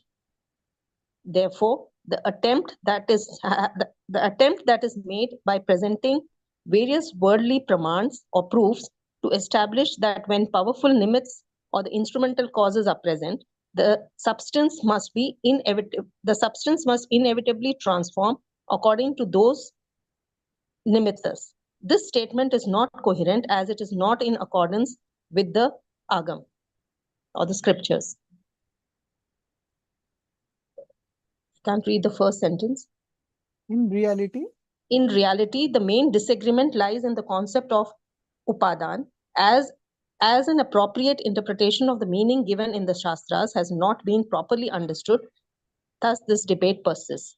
If, as per scriptures, efficacy of substance along with specific Paryaya Sakti, that is the efficacy of modification, is accepted as the Antarang Karan or Upadan, Karan or the Upadan Karan as the arrangement of Karya Karana, then there would be no dispute. Because in truth, whenever Dravya Shakti along with specific Paryaya Shakti appropriate for intended Karya is present, then it is a rule that invariably accompanying favorable Nimit is found. It is impossible that Nischay Upadan, absolute substantial cause, is present and Nimit is not found. The same thing from the perspectives, the same things from the perspective of Ashabd Vyavhar, Ne, that is the unreal conventional viewpoint, can be stated in the kind of nimitz, or the auxiliary cause which is present, corresponding to that Karya occurs. Another point is that just as Trikal Upadan, external substantial cause, is always present, similarly, general Nimit is also always present, because just as each Dravya is Upadan for its Karya, in the same way, each Dravya is Nimit for Karya of non-self, that is other Dravyas. Dharma Dravya, either matter Nimit in motion of Dravyas, is always present in the form of Nimit. Then, based on this, should Jeev and Pudgal move perpetually? Similarly, Adharma Dravya, either matter Nimit or Dravyas to remain stationary, is also always present. So, should Jeev and Pudgal always remain stationary? How is this even possible? Because if Nimitta for motion and stationary states are always present, then will Jeev and Pudgal, the motion, or will they then the Jeev and Pudgal will be in motion, or will they remain stationary? Because of mutually opposite natures, the actions of both moving and remaining stationary cannot happen simultaneously. Therefore, it is naturally proved that all Jivas and Pudgal move and remain stationary according to their Kshanik Upadan, momentary substantial cause. Whenever they move and stay stationary according to their ability, then Dharma and Adharma Dravyas are merely Nimit, that is the auxiliary cause. Can in this Niyamak, way, so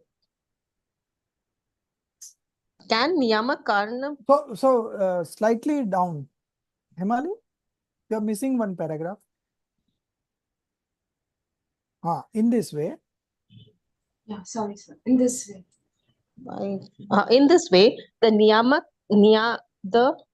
Niyamak Karan of the time when Kriya originates remains Kshanik Upadan in the form of the ability of Dravyas Upadan. It is neither Trikali Upadan, that is the eternal substantial cause, nor is it auxiliary cause. Can Niyamak Karan be of various types? Why not? They can certainly be. Trikali Upadan, or the eternal substantial cause of every Karya, is Niyamak, defining regulator, controller of the fact that this particular Karya, Paryay modification, will manifest in a certain substance or in a certain attribute. It will not manifest in another Dravya, nor will it manifest in another Gun of the same Dravya. Karya in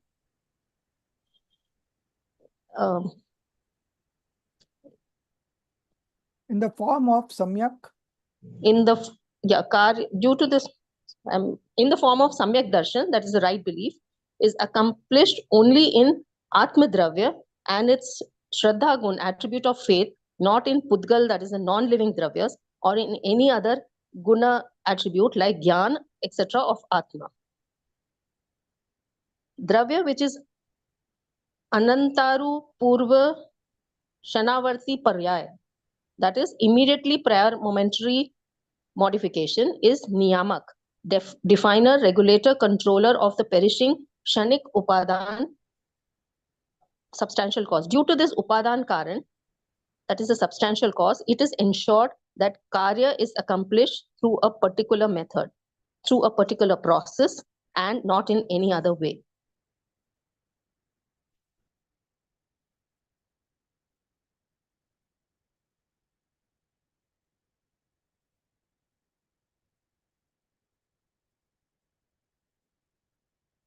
The tat samay ki yogyata ranup Kshanik Upadan, that is the momentary substantial cause in the form of the efficacy, availability of the current moment, is Niyamak, that is a regulator of time. In whichever Dravya or Gun, that is the substance or attribute, at whatever time, wherever is the ability of the Paryay to modify in the form of Karya, that Dravya or that Gun modifies in that Karya only. Another name for Karya, that is action, is also Paryay modification or Kal. It is for this reason that the Niyamak regulator of Kal, the Tat Samay ki Yogyatanurup Kshanik Upadan, that is a momentary substantial cause in the form of the efficacy or the ability of the current moment, is also called Niyamak, regulator of the Karya. Thus, it has been established that the regulator of Swabhav, that is the pure nature, is Trikali Upadan. Niyamak is the method or the effort or the process. The Niyamak of method, effort, process is Dravyas Kshanik Upadan, that is the momentary substantial cause, which is with Anantar Purva Shanavarti Paryay. So here English is better than Hindi. Immediate. That is what I feel, and we will have this version also, and I will have another English version also. It is just that we have to replace the words, and it could be done very easily, and I will get it done. I personally believe that when we have established the terminology very correctly, then there is no need to give Hindi words in between, because it is not looking pleasing to read also. You know? Yeah, it's getting complicated because the words are typical. So everywhere you are putting Hindi, you can put it at the top that this means this means this. Then we can continue with the English, because those who are now okay with English, they don't want Hindi words, you know. And in the above, we can mention it in the glossary or somewhere else, the Hindi meaning of each. So that exactly, sir. Perfectly agreed. So let it be this version, and we will have another version where we'll only be English. That Correct, I will try, you know, that I have to try personally only. And sir, one more thing you can add on to that is a glossary, as you say. And so that it becomes easy for us to relate also, to understand Hindi also. Hindi also, right. Just say Hema Malini madam, she wanted like, you know, in a Hindi and English, I mean, both together. Yes, like that. Yeah, continue. It's the immediate prior momentary modification, and niyamaka of kal or karya is the tat samay ki yogyatanarup shanik upadan, momentary substantial cause in the form of efficacy, ability of the current moment. Here a question may arise that as dharma dravya is, that is the either ether matter nimitta in motion, and adharma dravya, either matter nimitta for dravyas to remain stationary, are udasin nimitt, that is the passive neutral cause, and hence may not be necessarily be niyamak karan, that is the regulator. But that should not be the case when it comes to prerak nimitt, motivational cause. Based on this, one can argue that while udasin nimitt may not actively do anything, prerak nimitt or the motivational cause does everything. The teacher, book, and lamp are nimitta in the student study. However, the teacher is prerak, while the book and lamp are udasi nimitt. Even though yourself, when you are speaking to your family members, you have to mute here. Okay. Even though a book and lamp may not be called karta, that is the doer, the teacher may be called the karta. The teacher actively inspires and explains, and even then, and if the students are not active, if the students are not active in their studies, then he punishes them also. Therefore, compared to books and lamps, the role of the teacher is undoubtedly more important. Why not? It is very clear that in relation to the lamp and the book, the teacher's role is different.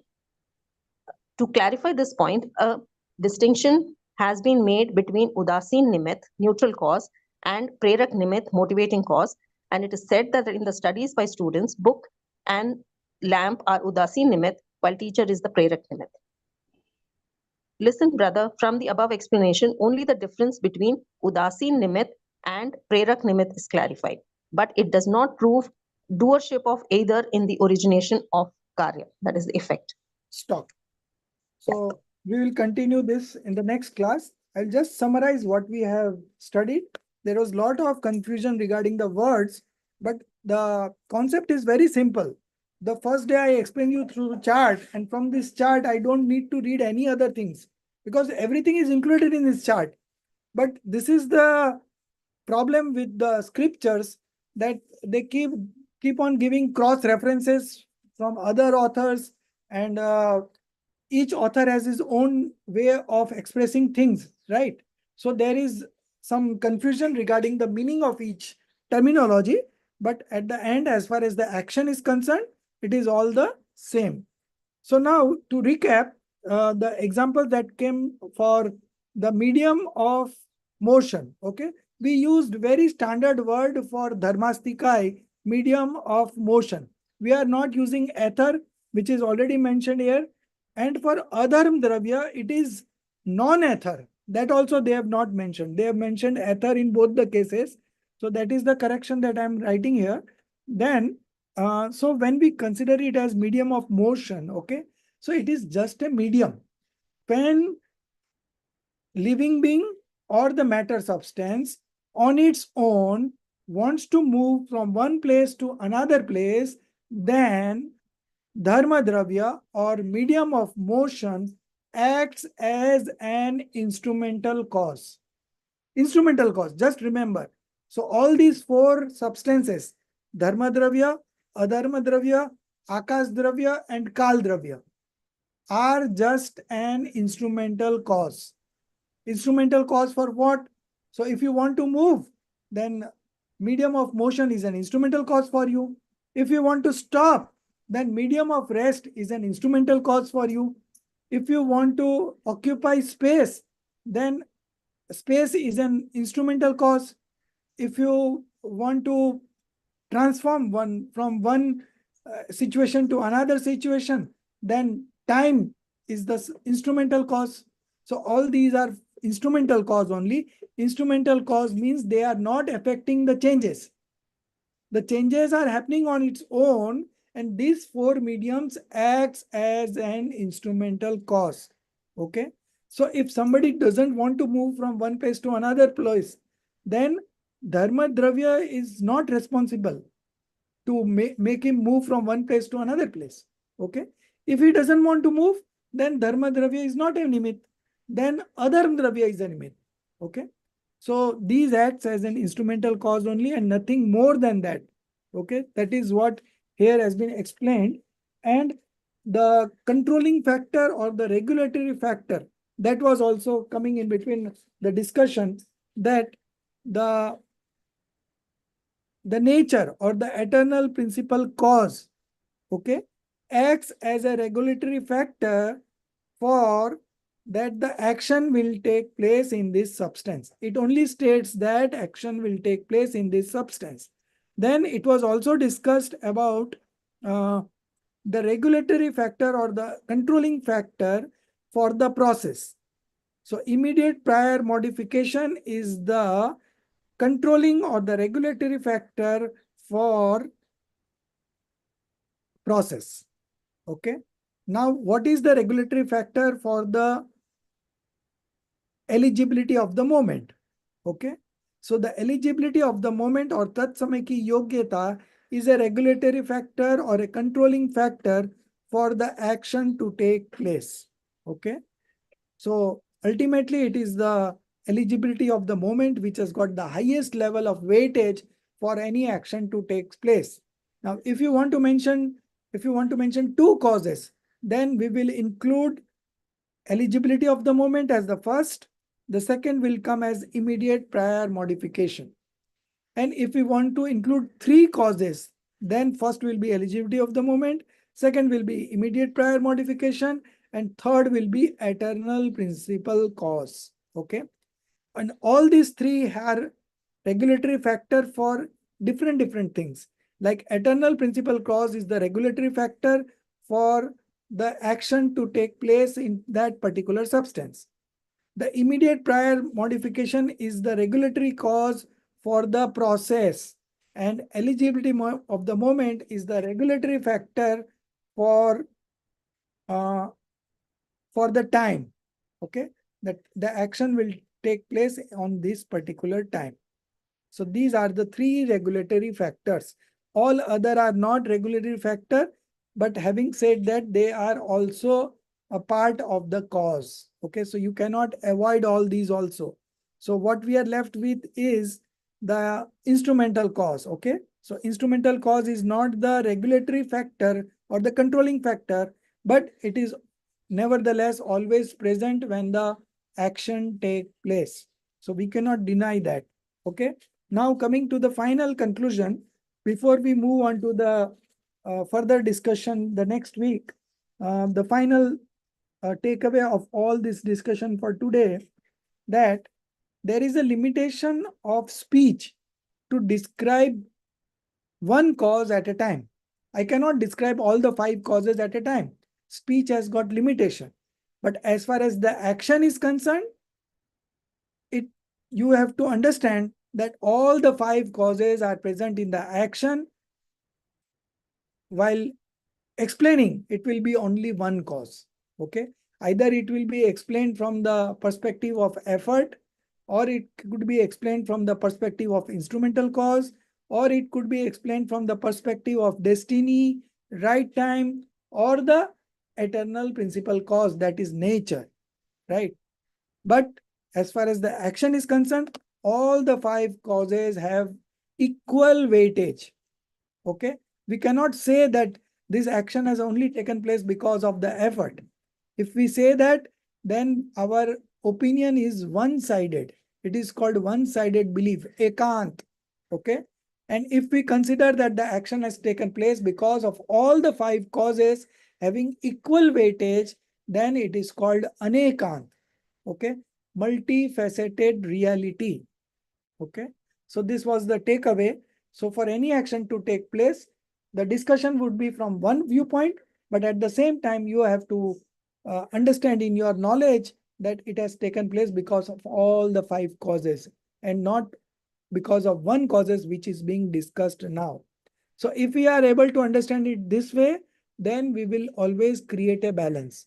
We will never have the feeling of attachment to that particular cause, or we will not have feeling of aversion to all the other cause. Okay, we will be manifesting non-attachment or passionlessness in that moment by understanding this principle. We are not going to blame anybody.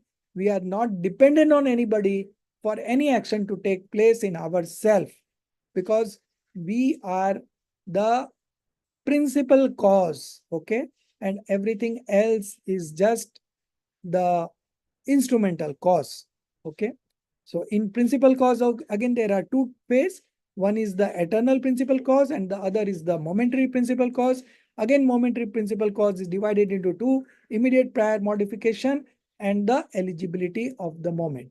So this completes the whole discussion, that for any action to take place, all the causes will be present, all have equal weightage. Only the discussion could be made from one of the perspective. So irrespective of from where the discussion is made, you have to understand that action has taken place because of all the causes. Okay. So this is right. And regarding the instrumental cause, one more thing that was mentioned here, that in the action taking place, the role of motivational instrumental cause and the indifferent instrumental cause is just like indifferent instrumental cause. Like, it means that they don't directly participate in the process of action. They are just mere and instrumental cause, that is, they are present when the action has taken place. This is the final thing about the instrumental cause. Okay, and with this, we end today's class, and the next week we will be completing from page number 9 to 15 pages. This discussion will complete, and then we'll again come back to 2-3 examples that I will be sending you today for your practice. So if you are able to understand the chart, if you are able to put those terminology into use by going through the practical examples that I will be giving, I think your understanding about Nimitt Upadan is complete. Okay, all these discussions are just, the book has been written and the different authors have expressed their views. So it is for, again, for our practice only and better understanding only. But having said that, as far as our real day-to-day life is concerned, we can put to use by just following the chart and the practical examples. Okay, so when you are writing concept clarity, you should not include everything whatever is mentioned here. You just highlight the main points about each component of the cause. Okay, whether it is eternal principal cause, or whether it is immediate prior modification, or the eligibility of the moment, the motivational instrumental cause, and the indifferent instrumental cause. Okay, so we will be mentioning few points on each: the chart, the practical examples. You have to give practical examples in your concept clarity, and you are done. Now, if you get into these scriptures, then you will feel confused. That is what I am realizing by reading this text that has been translated in English, and by putting Hindi words in between, it is becoming a bit difficult because you need to have a good flow of language to understand this. So today I was listening to the recording of Himali. The language, the flow of language was very good. You feel pleased to understand this concept by just the flow of language. Okay. So idea is to not confuse further, and these books have this tendency to confuse the student by putting extra information which we may not require. Okay. So understanding is easy, the concept is easy, only the books have made it difficult. And further, the English translation. Okay. That is what I am realizing. The matter is so simple, but they have like with this book and the cross references that has been given from different scriptures by different writers makes it slightly difficult. But nevertheless, when you apply it in your day-to-day life, it is all very easy and interesting. And in just a moment, you can create calmness in yourself. The external factors may be many, and you may worry in initial phase, but as you go on applying this principle, you will find that, oh, everything is sorted. There is no problem as such. There is no problem in this universe. Problem is only there because we are not able to comprehend it in the right manner.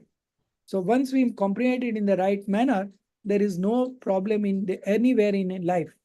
Okay. So with this note, we end today's class and we'll continue the next week. We have enough time at our disposal. Yeah, you want to ask anything? No, sir, you were supposed to give us 3 examples. Yeah, I'm going to write it down in the group and you can practice. So three already we have given you last week, and that I shared today morning also, and again 3 more examples.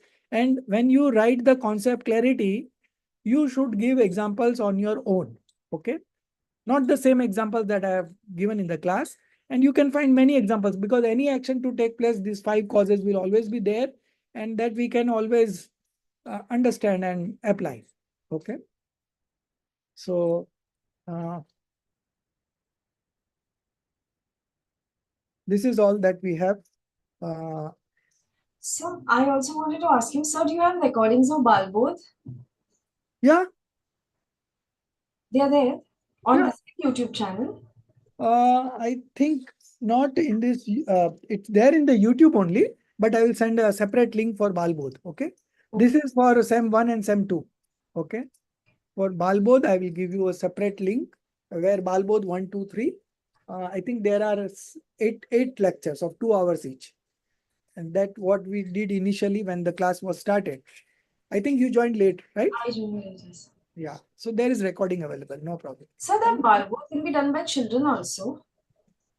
Yeah, it is for children only, but when we are discussing, we discuss it at a higher level also.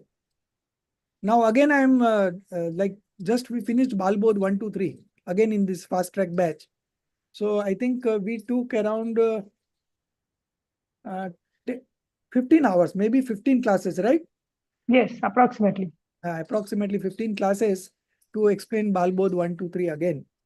So we take at a deeper level because we want to extract what is beneficial to us. It is not just the reading, it is not just the course, it is not just the marks that we are concerned with. We are concerned that we should understand the concept in such a manner that we are able to apply in our day-to-day life and make our life happy. Right? So we always connect purpose with the readings. Okay, and that makes it interesting. Otherwise, it is all very boring. It's just another course. And there are courses going on in philosophical world everywhere, university everywhere. But nobody is able to connect it with the purpose in our life. So when you connect it, the purpose in our life, it becomes very interesting. Because it is our solution provider. A certain situation may arise in your life where you are so much of worried. At the same time, these principles will relax you. That, oh, there is nothing to worry. So this is the power of wisdom. And this is what we intend to develop by reading the scriptures. There is no other purpose. No degree, no sayopsham. This is not our purpose. Our purpose is to make our life happy and simple. Okay. Solutions are very simple. The soul is very simple. The best part is the soul is so simple that it has only that function of knowing only. Nothing else, only knowing. And if we are sticking to that principle, we are good in all situations. But the moment we become a doer, then the worries creeps in, the other ego creeps in, everything creeps in, all the passions creeps in. When we become a doer and we don't become a doer, then there is nothing on our head to worry about. It's all very simple and enjoyable. When you are not becoming a doer, you automatically enjoy. The doership kills our enjoyment. In every situation, we get happy. Okay? So, this is all that we have to say in this Sir, class. I have a doubt, sir, that uneatables which you had sent in the group, sir, fast track group.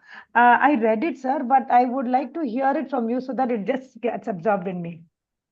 So that we can discuss in the evening. Later. Yeah. In the evening, sir. Yes, Evening. sir. We are doing everyday classes, so we can discuss those things in the evening. Thank you, sir. Thank you, sir. And thank you, everybody. Yeah, we keep on changing our classes because we have only 3 students. Okay, so subject to availability of the students and mind availability, we design this class timing, so it is not permanently fixed that we are meeting on this time, but it keeps on changing. So those who want to join, you can you can request me. I will join you in that group, and there the messages are conveyed. Okay. So sorry for any inconvenience caused by me. Nothing like that. So please add me to that group. So please add me also to the, so it will help us in revision. Okay, so I will send a link. I will send. In this group itself, we send the link, sir. So everybody, anybody who is interested can join. So we have sent it earlier also, but nobody came up, so we were. Okay. It will be good for our revision, definitely. भूल जाते हैं sir, पीछे का भूलता रहता है. That was the purpose. That's why I shared in the class that those who have missed out, they can again do it, and we are doing it in a very elaborate manner. It's not that we are just running it through. Okay. So now our teachings are more based on we are not following the book word to word. We are just summarizing the chapters. So there, within a half an hour, you can complete one chapter. But the essence, the main points would always. Yes, that is the thing. We absorb everything so nicely. We are putting emphasis on the main points. The whole scripture, that's all. Okay, I will share it again. And today we are meeting at 9 p.m. to 10 p.m. today. So that today's time is set. Okay, I will add you. No problem.